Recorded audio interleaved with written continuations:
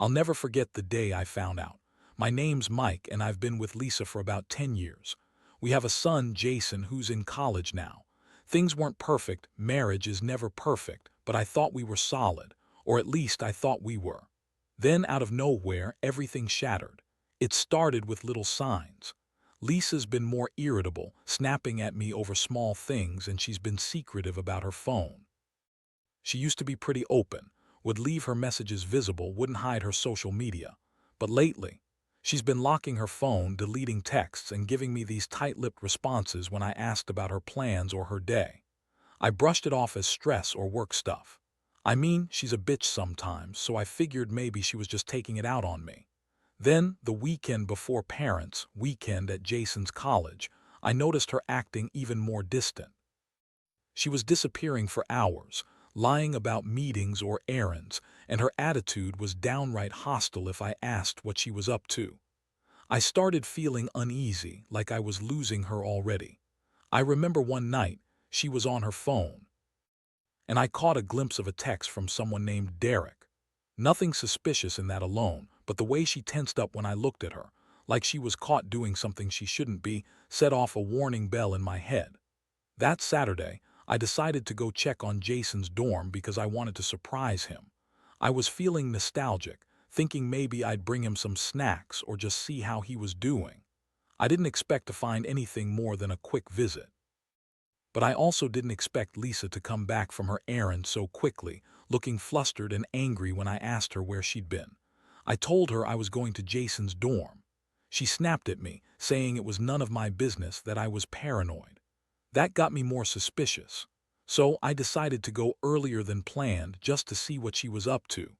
I parked outside the dorm, and as I approached, I saw her walking out of the building with someone. Not just anyone, Derek, Jason's resident advisor. They were laughing close, way too close for just a casual conversation. My heart started pounding. I saw her look around, then lean in for a kiss. It was like everything froze. I couldn't believe what I was seeing. My wife, the woman I love, the mother of my child, cheating right in front of me. I just stood there watching, feeling this mix of shock, betrayal, and rage boil inside me. I wanted to run over and confront her then and there, but I couldn't move. It was like a punch to the gut. All those late nights, all those little fights suddenly made sense. She'd been lying all along. And Derek, he looked just as guilty as she did. I backed away slowly, heart pounding so loud I thought it would burst. I didn't know what to do next. I felt like a fool, but also furious. The worst part, I knew this wasn't the first time. I could see the pattern. She'd been sneaking around, hiding things, and I had been blind or maybe just too hopeful. Whatever it was, I knew I had to confront her. I had to know what was really going on. But I also knew this was the beginning of something I wasn't prepared for. The moment I saw Lisa and Derek together, everything inside me shifted. It was like the ground beneath my feet disappeared, and I was dropped into this whirlwind of disbelief and anger. I watched them kiss for a few more seconds, my mind racing to process what I was witnessing. How could she do this? To me, to Jason. I felt this deep ache in my chest, a mixture of heartbreak and fury that I'd never experienced before. I knew I couldn't just stand there. If I did, she might see me, or worse, Derek might notice I was watching. I quickly turned around and walked back to my car, trying to keep my composure. I felt the adrenaline rush through me, my hands trembling, my mind racing.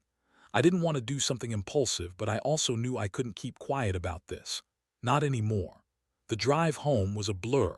My thoughts were chaotic, bouncing between feelings of betrayal, anger, and sadness. It was like I was living in a nightmare I couldn't wake up from. When I finally got home, Lisa was there, acting normal, too normal actually. She was in the kitchen, pretending everything was fine.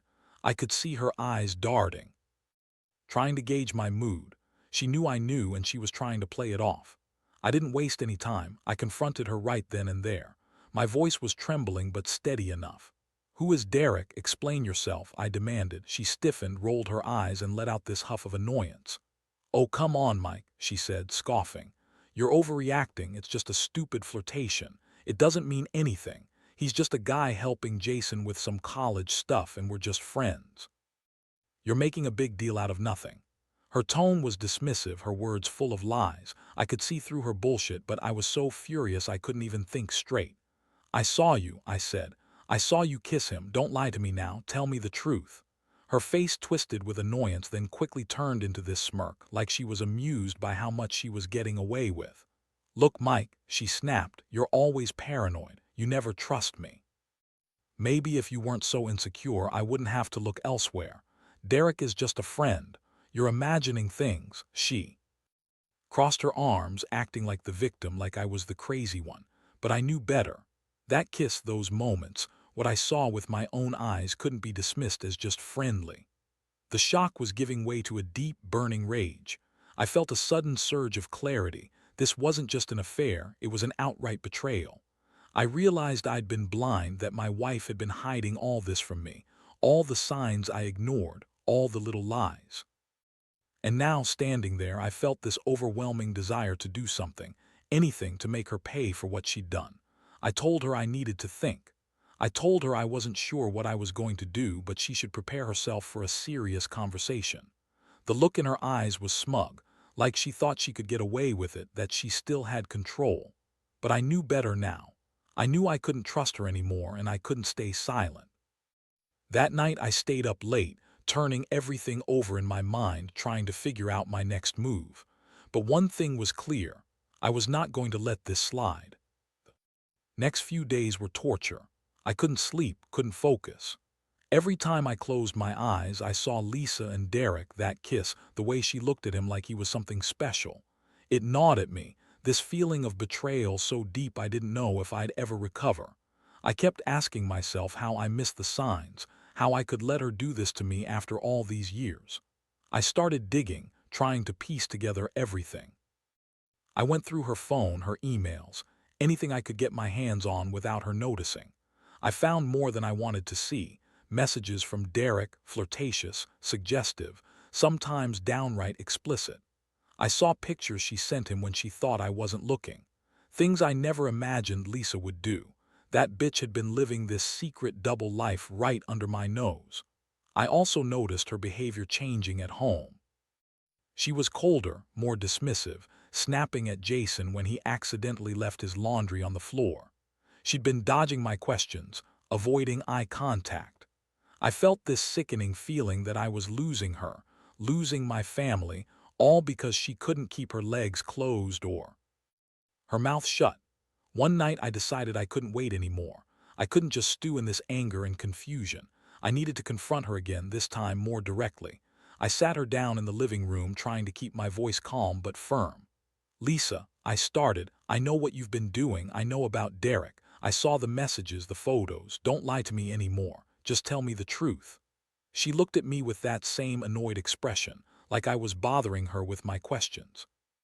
Her voice was a snide tone, full of sarcasm. "Oh, Mike," she said, rolling her eyes, "you're really going to accuse me of cheating just because I didn't tell you about my little chat with Derek? Grow up. You're always so insecure. Honestly, I don't even know why I married you sometimes. You're so paranoid, so insecure, it's no wonder I look for validation elsewhere." Her words hit me like a slap, but I stayed composed. "Is that all it is?" I asked, voice shaking with rage. "Just a friendship? Or is there more? Because I swear I saw her kiss him, Lisa. I saw enough to know there's something real between you two." She scoffed, crossing her arms again. "You're imagining things, Mike. You always jump to conclusions. Maybe you're the one who's been cheating, checking my phone, snooping around. Maybe I should be asking you the same thing." That one cut deep. I felt the blood drain from my face. I was stunned by her accusation, knowing she was deflecting, trying to make me doubt myself. But I couldn't deny what I'd seen. I pressed her harder. "Stop lying," I said. "I saw you kiss him. I saw the way you looked at him, like you were craving something. I don't know what you're playing at, but I'm done pretending everything's okay. If you want to keep doing this, just tell me. I want the truth." She looked at me with that bitchy, dismissive smirk. "Fine," she snapped. "Yes, I've been cheating on you. I've been having sex with Derek, but it's not like I love him. I just needed something that you clearly couldn't give me." Her words hit me like a punch, and suddenly it all made sense.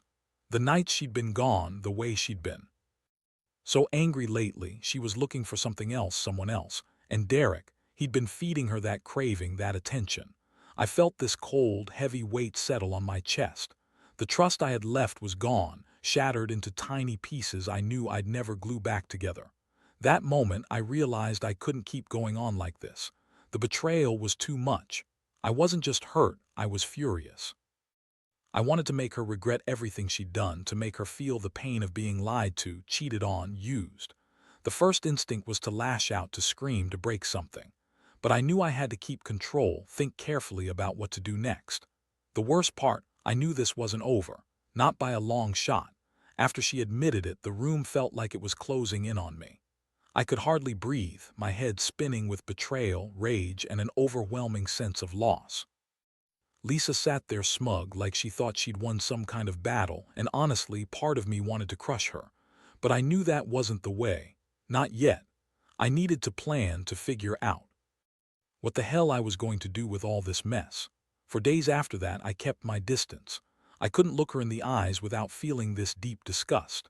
Every time she tried to act innocent, I just saw right through her. I had to get myself together, figure out whether I wanted to salvage this marriage or cut my losses. Honestly, I felt so damn betrayed I didn't even know what I was feeling anymore. Just a mixture of anger and heartbreak that kept me awake at night.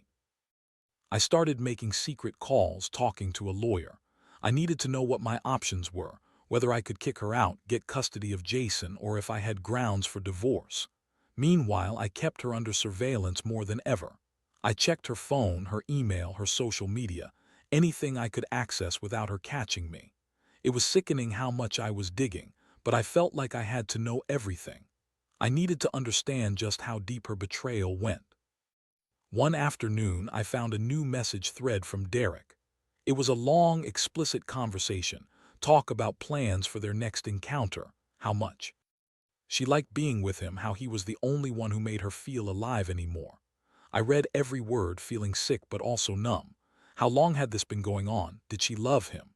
Did she even care about me or Jason? I couldn't tell anymore. That night I sat her down again. I was done pretending everything was fine. I looked her straight in the eyes and said, "You think you're so clever, don't you? Think you can just lie and cheat and I'll never find out? Well, I know everything now. All the messages, the pictures, the little secret meetings. You really thought you could hide this from me, that I'd never know?" Her face twisted into this annoyed glare. She rolled her eyes as if I was the biggest inconvenience in her life.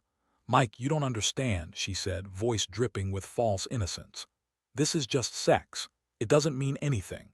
Derek is just someone to keep me entertained. You're so paranoid, so insecure. This is all your fault, honestly. You didn't pay attention. You didn't love me enough, so I found someone who would." The way she said it, like I was the problem, the one who drove her to cheat. God, it made me feel even sicker.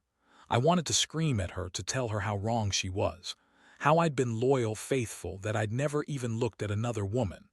Meanwhile, she was out there playing games, getting her kicks, using me like some kind of joke. I told her it was over, that I wasn't sticking around to be the fool anymore. I told her she needed to pack her things, that I couldn't live in the same house with someone who lied and cheated like this. She scoffed, said I was overreacting, that I was just jealous, that I was trying to control her. But I knew better. I knew I had lost any respect I had left for her. She was a different person now, something cold and manipulative. I remember walking out of the room that night feeling hollow. All I wanted was to fix things, to believe it was just a mistake, but I couldn't anymore. Every fiber of my being told me this was the end. I couldn't trust her, and I wouldn't stay with someone who lied that easily. That was the moment I realized I had to make a choice, stay in this mess and keep getting hurt or do something drastic. That night I started packing a bag, not just for myself but for Jason.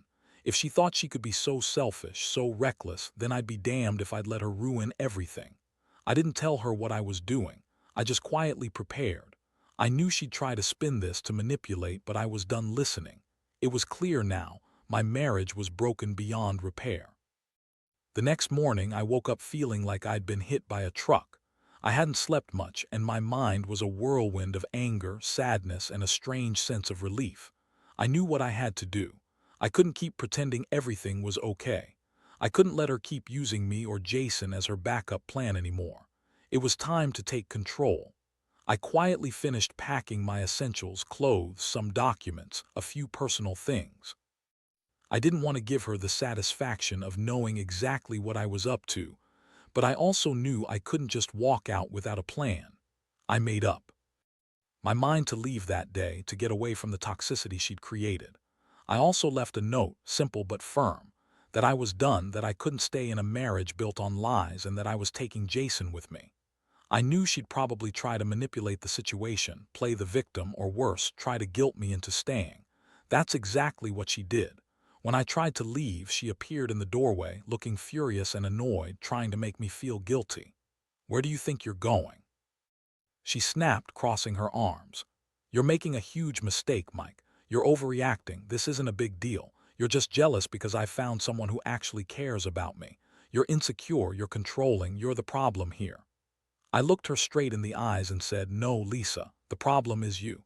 You lied to me, cheated on me, and I refuse to stay in a marriage where I'm just some fool you can use and discard. I'm taking Jason with me. We're leaving, and I don't want to hear another word about it." She shouted, trying to stop me, but I pushed past her, grabbing Jason's bag and heading for the door. As I opened it, she screeched at me, calling me every name in the book: bitch, narcissist, control freak. I didn't care anymore. All that mattered was getting out of that house, away from her lies and manipulation. Once I was outside, I felt this wave of relief mixed with dread. I knew she'd make my life hell from here, but I couldn't stay. I was done being a fool, pretending I didn't see what she was doing. It was over. The house I thought was my home was just a trap, and I was finally breaking free. I drove away, Jason in the back seat, his eyes wide and confused. I promised him we'd figure everything out, that I'd keep him safe, and that I'd do everything I could to give him a better life. As I looked in the rearview mirror at that house I'd called my home for so long, I felt a strange mix of grief and determination. I'd lost my wife, my marriage, and the illusion of the life I thought I had. But I was gaining something more important: myself, my son, and a new beginning. That day I learned what real betrayal looks like. I learned that some people will lie and cheat just to get what they want, regardless of how much they hurt others. And I learned that sometimes you have to walk away to save what's left. It's a painful lesson, but one I'll carry with me forever. In the weeks that followed, I threw myself into trying to rebuild what Lisa had shattered. I focused on Jason, making sure he felt loved, safe, and cared for. I kept a distance from the chaos of her world, knowing I couldn't fix her, only myself and my son. The house was silent without her, but it also felt strangely lighter, like a burden had been lifted, even if the scars still ached beneath the surface. Getting divorced was a nightmare, of course. Lisa fought me every step of the way, trying to spin her lies and make me look like the villain. She told everyone I was controlling, jealous, that I'd overreacted. But deep down, I knew what she was. She was the cheater, the liar, the one who broke her vows. No matter what she said, I had the evidence, and I knew I wasn't the one in the wrong. I learned a lot through this hellish ordeal. I learned that trust is fragile, and once broken, it's almost impossible to fully repair. I learned that some people are just selfish, willing to lie and cheat without remorse. And I learned that sometimes walking away is the bravest thing you can do, even if it's the hardest. Today, I look at Jason every day and feel this overwhelming gratitude that I decided to take control of my life. I can't change what Lisa did, but I can choose how I move forward. I've become more cautious, more aware of the red flags I ignored. I've also become stronger, more cautious about who I trust and what I accept in a relationship. There's still a part of me that hurts, who wouldn't after something like this. But I know I'll survive. I'll take all the lessons I've learned and use them to build a better life for me and Jason. Because at the end of the day, that's what matters most: protecting my son, my integrity, and my peace of mind. Looking back, I realize I was lucky in a way. I caught her early. And I had the strength to walk away before things got even worse. Not everyone has that courage. My advice to anyone out there going through something similar: trust your gut. Don't ignore the signs. And when the betrayal hits, don't be afraid to walk away, no matter how much it hurts. Because the only thing worse than losing someone you love is losing yourself in the process.